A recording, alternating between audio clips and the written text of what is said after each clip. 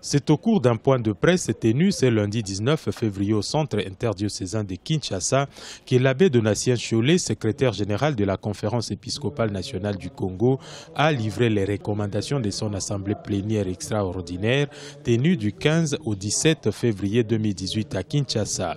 Les évêques catholiques ont dénoncé l'application sélective et biaisée de certaines dispositions de l'accord de la Saint-Sylvestre.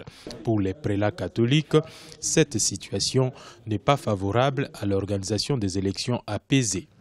Peut-on prétendre se préparer aux élections apaisées et passer outre les dispositions de l'accord de la Saint-Sylvestre qui en sont les préalables? S'obstiner sur cette voie ne peut que conduire à des élections contestables et à de nouvelles crises. Nous en appelons au sens des responsabilités de tous et de chacun.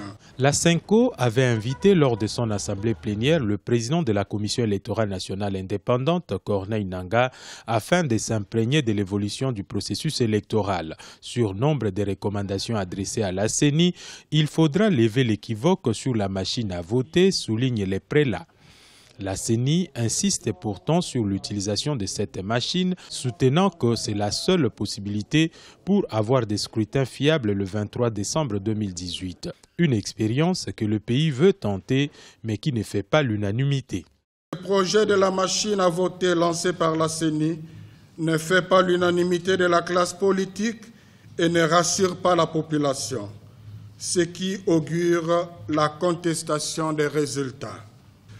La CENCO invite la CENI à lever l'équivoque et les suspicions autour de la machine à voter en acceptant sa certification par des experts nationaux et internationaux. Le climat politique reste tendu et n'augure pas un avenir serein dans le pays.